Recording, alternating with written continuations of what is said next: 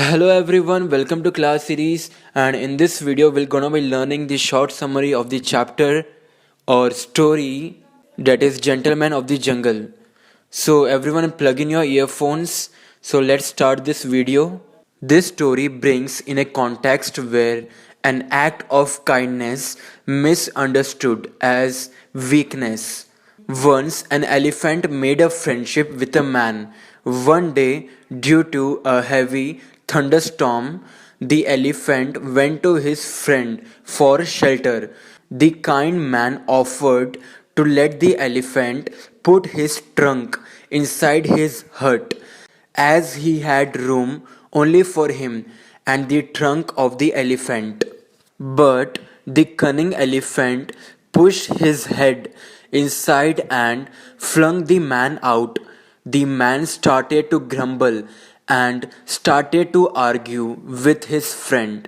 The lion, which was disturbed by them, came roaring and sought to know why there was disturbance. The elephant replied that he had only been discussing with his friend the possession of the little hut. The lion wanted to have peace and tranquility in his kingdom, so he commanded his ministers to appoint a commission of inquiry and report accordingly. The man was very pleased by the sweet words from the king of the jungle. The following elders were appointed to sit in the commission. Now we will come to know the characters. One we know is that man, and the other characters are Mr. Rhinoceros, Mr. Buffalo, Mr. Alligator, the Right Honorable Mr. Fox to act as a chairman, and Mr. Leopard to act as a secretary to the commission.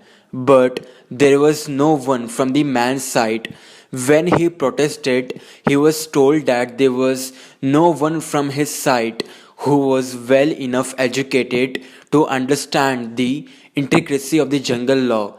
He was further assured that there was nothing to fear, since the members of the commission were chosen by the god and they were endowed with teeth and claws.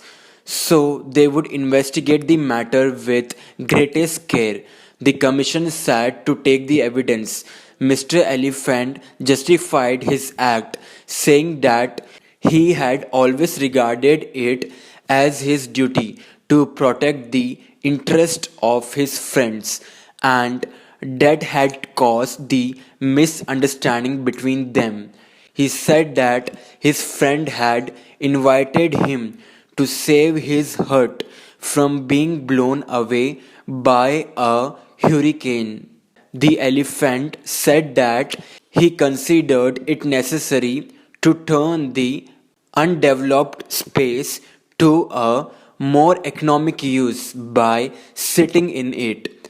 The elders of the jungle supported what Mr. Elephant had said. Then the man began to give his account. The commission cut him short and asked him if the undeveloped space in his hut was occupied by anyone else before Mr. Elephant assumed his position. The man was bewildered. Finally, the commission gave its verdict. It was not on the expected lines of the man. They concluded that the dispute had arisen through a misunderstanding due to the backwardness of man's ideas.